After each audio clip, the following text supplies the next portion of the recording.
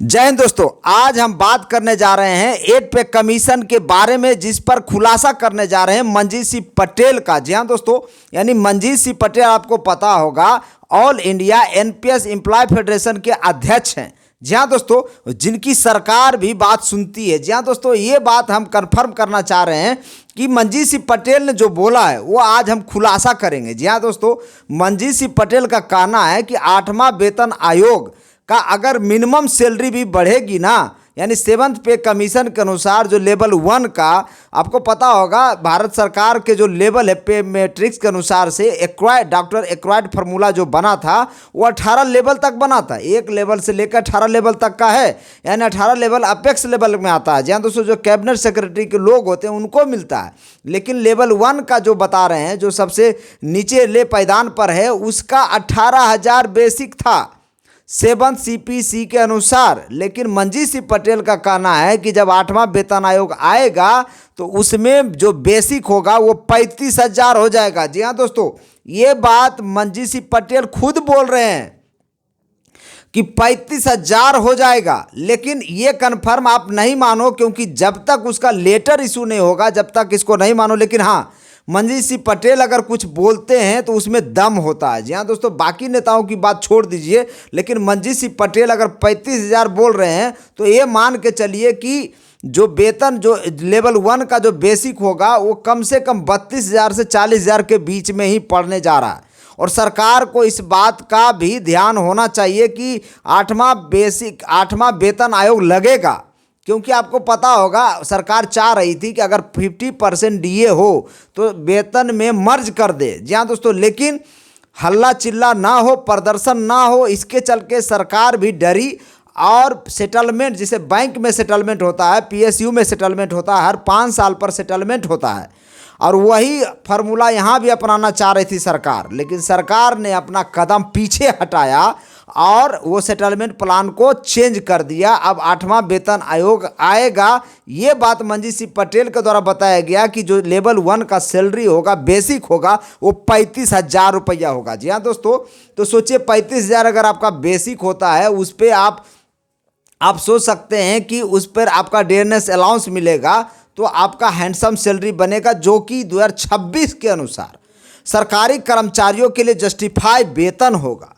अभी आप देख लीजिए 7वां वेतन के अनुसार 18,000 वेतन जो 2016 में हुआ था, सितंबर 2016 में, उसके अनुसार अभी 2026 में वो जस्टिफाई नहीं है। सरकारी कर्मचारी का 1 रुपया भी नहीं बच रहा। अभी उसका सारा खर्चा हो जा रहा, उसका फैमिली पर खर्चा हो जा रहा, उसका शिक्षा में खर्चा हो जा रहा, उसका स्वास्थ्य में खर्चा हो जा रहा, उसका महंगाई में उड़ जा रहा है। जी हाँ दोस्तों, तो इसको देखते हुए मंजीत सिंह पटेल का कहना है कि सरकार, देखिए 2 चीज़ें हैं, जेसीएम के लोग भी एक टेबल तैयार करके सरकार को सौंपा है, और ये बात को हम गारंटी के साथ कह सकते हैं कि हमारा चैनल ने लगातार आवाज़ उठाया कि आप लोग दबाव डालिए सरकार के ऊपर, और यूनियन से भी अपील करते रहा कि आप लोग भी ज्ञापन सौंपिए, और जिसका नतीजा है कि सभी यूनियन ने अपना ज्ञापन सरकार को सौंप रहे हैं 1 बाय 1।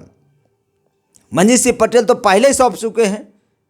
शिव गोपाल मिश्रा जेसीएम के अध्यक्ष, आपको पता होगा, उन्होंने भी एक टेबल तैयार करके सरकार को सौंपे हैं। और ऐसा हल्ला है कि जो फिटमेंट फैक्टर 2.57 बढ़ा था 7th पे कमीशन में, इस बार भी अच्छा खासा बढ़ेगा।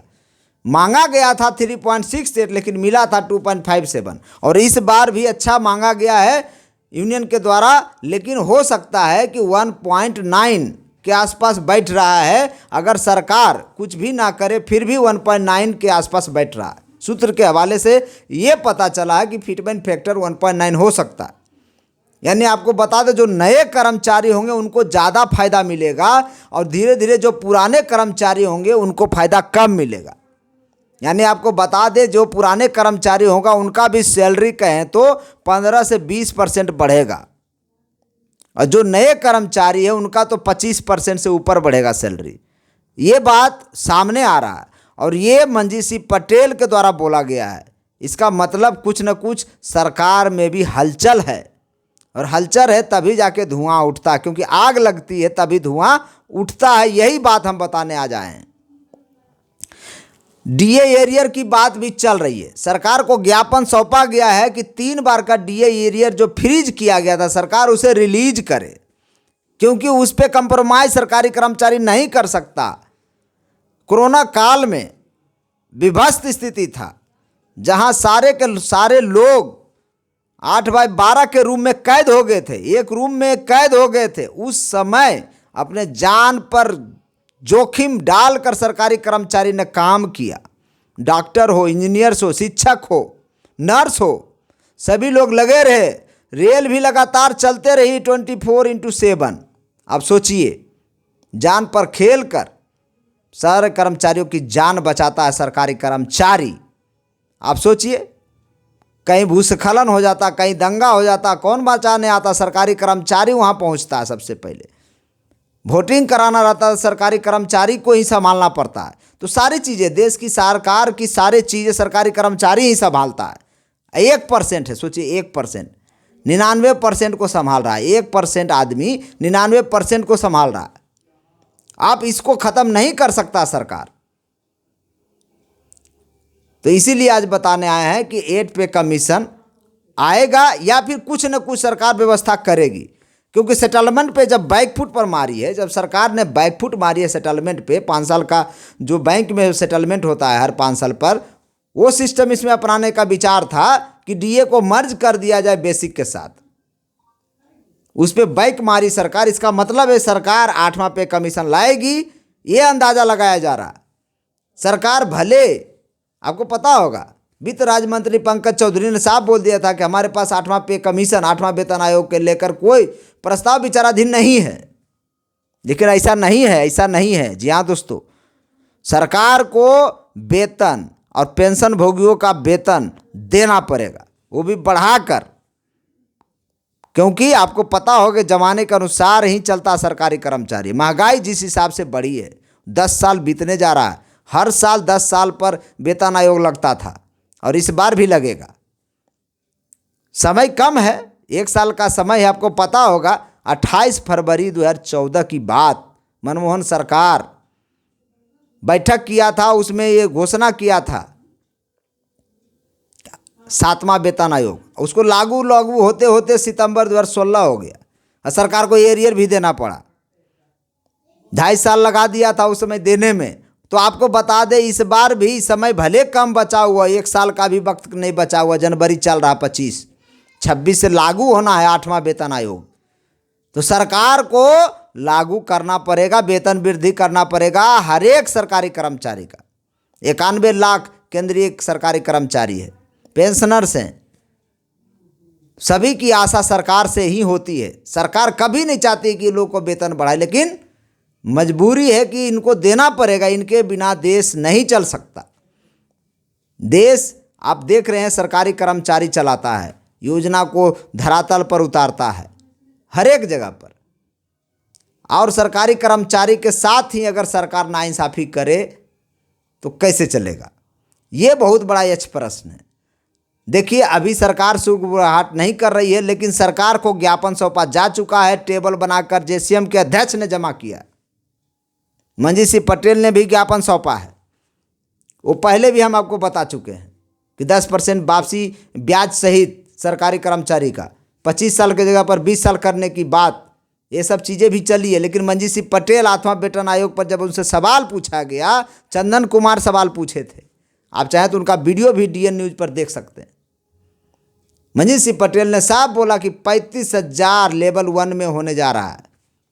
अब देखिए सरकार क्या करती है। ज्ञापन तो सौंपा जा चुका है, फिटमेंट फैक्टर की बात है, मांगे तो बहुत ज़्यादा है, 186% बढ़ाने की बात है। लेकिन आपको बता दें कि 1.9 के आसपास फिटमेंट फैक्टर बढ़ेगा। ये कन्फर्म नहीं मानिएगा, लेकिन ये सूत्र के हवाले से पता चला है कि यहाँ तक तो रहेगा ही रहेगा। 15 से 20% हर एक सरकारी कर्मचारी का वेतन बढ़ेगा। जो नए हैं उनका तो डबल हो जाएगा। यानी बेसिक लेवल L1 है, जो लेवल 1 है वो 18,000 के जगह पर 35,000 होने जा रहा है। ये मंजीत सिंह पटेल का बाइट है। यानी आप सोचिए, बहुत बड़ी खुशखबरी, इसीलिए ये वीडियो बनाना ज़रूरी था आप लोगों के लिए। लेकिन हाँ, एक बात हम ज़रूर बोलेंगे, जो भी बाइट किया जा रहा है, जो भी अपनी वर्डिक्ट रख रहे हैं, जब सरकार के तरफ से नोटिस आए तो पूर्णतः विश्वास करिएगा। बाकी न्यूज़ तो चलते रहती है, सोशल मीडिया का ज़माना है, हम लोग भी आवाज़ उठाते रहते हैं। एनपीएस यूपीएस रद्द करो, ओपीएस बहाल करो। सारे सरकारी कर्मचारी एक ही मांगते हैं, सरकारी कर्मचारी ओपीएस बहाल करो। ये होना भी चाहिए, सुप्रीम कोर्ट भी बोल रखा है। सरकारें जो हैं कभी देना नहीं चाहती है, लेकिन सरकारी कर्मचारी लगातार मांग करते रहे तो एक दिन सफलता जरूर हासिल होगी। तो हमने पहले वीडियो में भी ये बात बोला था, ओपीएस बहाल होगा, आज नहीं तो कल होगा, लेकिन होगा, विश्वास रखिए। बाकी मेरे चैनल को लाइक करिए, शेयर करिए, सब्सक्राइब करिए। अगर नए चैनल पर देख रहे हैं तो ज़रूर सब्सक्राइब करिए और दूसरे से करवाइए भी, ताकि जो न्यूज़ है ना वो ऑथेंटिक न्यूज़ आपको तक पहुँचे। और ये सब चीज़ें चल रही है सरकारी मीडिया में या सोशल मीडिया में, प्रिंट मीडिया में भी कई जगह पर ये सब बातें चल रही है। जय हिंद।